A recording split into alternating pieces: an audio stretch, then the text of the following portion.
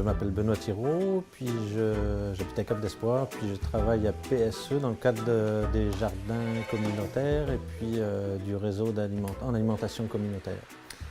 Donc l'opération Courge rentre dans le cadre du réseau en alimentation communautaire qui vise à faire un lien, créer un lien entre tous les organismes qui œuvrent au niveau de la sécurité et de l'autonomie alimentaire dans la MRC.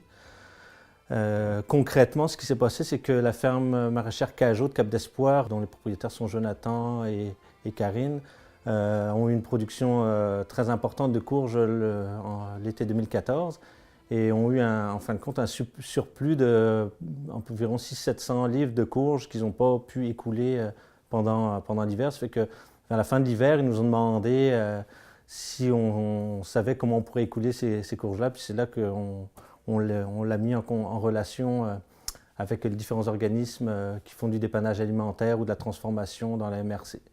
Donc, moi, j'ai contacté tous les organismes potentiellement intéressés par ces courges-là.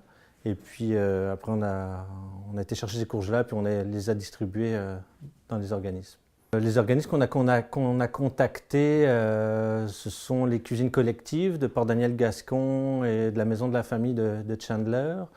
Il y a le Centre Émilie Gamelin à Chandler, la Maison Blanche-Morin, le projet Frozen Food de Vision Gaspé-Percenau, puis le collectif alimentaire à Passepébiac, qui est à l'ennemi de la MRC, mais qui était très intéressé. C'est un des objectifs de PSE d'accompagner les milieux par des ateliers culinaires si ils le demandent. C'est sûr que c'est encourageant dans le sens qu'on voit qu'il y a des besoins qui sont importants dans la MRC. Il y a comme des problématiques de sécurité alimentaire clairement là, dans notre MRC, des gens qui ne mangent pas tout à fait à leur faim. Là. Puis donc de voir comme ça qu'il y a par exemple des producteurs qui ont des surplus, qui les offrent généreusement, c'est très encourageant. Puis que de voir qu'il y a des organismes qui sont preneurs, ça l'est aussi là pour aller rejoindre ces personnes-là. Puis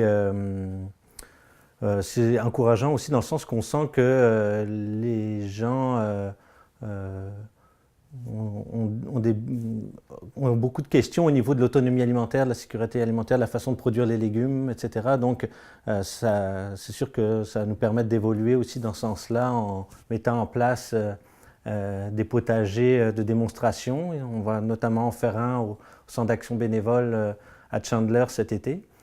Et on va en faire un ici dans les jardins de PSE à Val d'Espoir.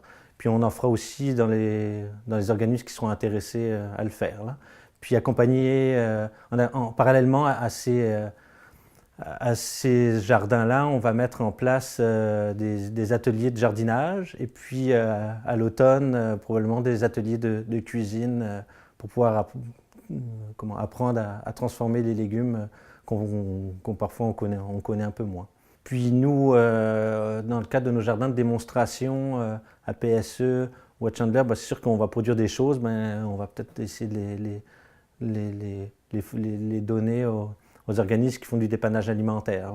C'est sûr qu'on va peut-être essayer de contacter d'autres, les producteurs des MRC voisines, notamment dans la baie des Chaleurs où il y a plus de producteurs maraîchers de légumes. Donc, si eux ont des surplus de légumes, des invendus ou des légumes qui leur restent sur les bras, on pourrait également les faire venir ici d'une façon ou d'une autre, puis soit les transformer ou les distribuer.